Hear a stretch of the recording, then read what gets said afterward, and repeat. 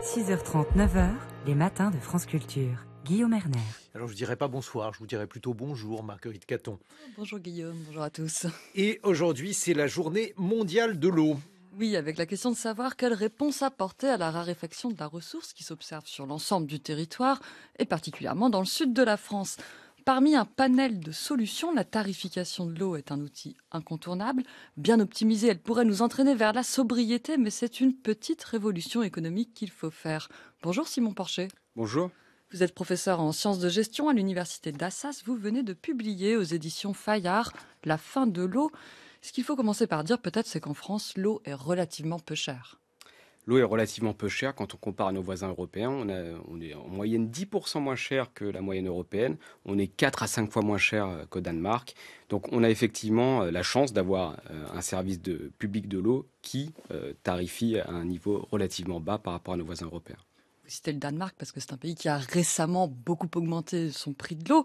Est-ce que ce serait la meilleure solution pour inciter les consommateurs à moins consommer ?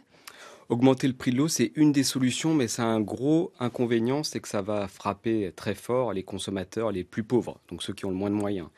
Donc une des manières d'augmenter le prix de l'eau, souvent, c'est de dire on va l'augmenter avec une tarification progressive. On va avoir un tarif en escalier dans lequel le prix de l'eau augmente à mesure que la consommation augmente. Qu'il faut être un peu plus subtil. Si l'on regarde pour commencer du côté des opérateurs qui ont la charge de la distribution de l'eau, de l'entretien du réseau, comment expliquer qu'on ait 20% de fuite en moyenne dans les canalisations, 1 milliard de mètres cubes d'eau potable perdue tous les ans environ? Ça semble un peu contre-intuitif. Qui supporte le coût de cette perte qui n'est pas intérêt à réparer, à investir? Comment l'expliquez-vous? Tout à fait. Il y a différentes raisons. Déjà, le prix de l'eau est relativement bas. Donc ça, c'est une des premières raisons. La deuxième raison, c'est que en fait, les opérateurs sont payés sur le volume d'eau vendue. Et donc, on incite quelque part au gaspillage de l'eau, ou en tout cas, eux, ils sont incités à nous vendre le plus d'eau possible. Donc là, il y a une vraie révolution économique à faire, un changement de modèle économique des opérateurs. Il faudrait en fait qu'on puisse les rémunérer en partie sur les économies d'eau qu'ils nous font faire, et donc sur la réduction aussi des fuites de leur côté sur le réseau. On a 20% de fuites en France. Il faut savoir que c'est très mal réparti avec des fuites très importantes, notamment dans les communes rurales. Je crois que le régulateur italien a trouvé une solution pour inciter les opérateurs à faire des économies. Est-ce que vous pouvez nous l'expliquer ? Tout à fait. Alors déjà, en Italie, le régulateur a mis en place une augmentation possible des tarifs à condition d'investir sur le réseau et notamment de réduire les fuites. Donc ça, c'est une très belle incitation. Et puis d'une manière générale aussi, vu qu'on fait face à un changement climatique qui est important, on pourrait aussi permettre aux opérateurs d'augmenter le prix en échange d'investissements sur le réseau pour les adapter, ces réseaux, au changement climatique.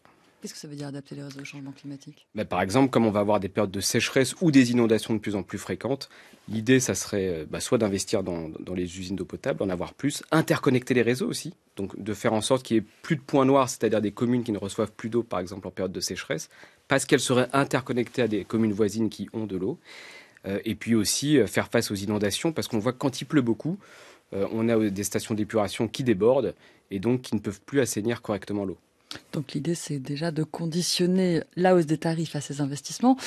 Si l'on se place du côté des usagers maintenant, Simon Porcher, qu'on commence par les usages agricoles et industriels, qu'est-ce qu'on observe ? Des prix faibles, on l'a dit, même très faibles dans certains cas, et puis une absence totale d'incitation à diminuer les volumes, au contraire même. Tout à fait. Alors ce qu'on observe beaucoup, en fait, notamment pour les industriels, ce sont des tarifs dégressifs. Donc ça veut dire que plus on consomme d'eau quand on est industriel et moins on va la payer cher. On n'a pas un bon recensement en plus de ces tarifs dégressifs. C'est très compliqué d'avoir de l'information dessus, mais c'est quelque chose qu'on observe. Ça a été mis en place souvent par les services d'eau ou par les communes pour inciter des industriels à justement s'implanter sur leur territoire. Donc une concurrence au prix bas. Une concurrence au prix bas. Sauf qu'en fait, c'est pas vraiment... Enfin, je veux dire, si on veut inciter des industriels à venir sur le territoire, faut pas venir avec le prix de l'eau. Surtout quand l'eau se fait rare. Donc casser ces tarifs dégressifs, les supprimer, ça serait déjà une solution de bon sens, en tout cas pour les industriels, parce que effectivement le prix de l'eau est relativement bas. Alors il faut quand même savoir que les industriels, eux, consomment pas seulement de l'eau potable, ils consomment aussi une eau justement à usage industriel pour nettoyer les machines par exemple, mais qu'ils ont souvent un tarif dégressif non seulement sur l'eau industrielle mais aussi sur l'eau potable. Voilà. Donc je pense que là il faut revoir effectivement le tarif des industriels et ça vaut le coup en fait d'étudier et de recenser en fait les différents tarifs qui sont mis en place pour ces industriels, aussi parfois pour les agriculteurs. Parce que les agriculteurs, c'est le même système d'un tarif dégressif ou non ? il peut y avoir un système de tarifs dégressifs, avec la particularité aussi que les agriculteurs utilisent à la fois de l'eau potable, hein, mais dans le cadre de leur activité, mais aussi beaucoup d'eau brute, c'est-à-dire une eau en fait qui n'est pas du tout traitée, notamment pour irriguer. Quant au particulier, bien souvent, lui, s'il habite en ville, dans un immeuble collectif, il ne sait rien ni de sa consommation ni de sa facture, car l'eau est comprise dans les charges de copropriété.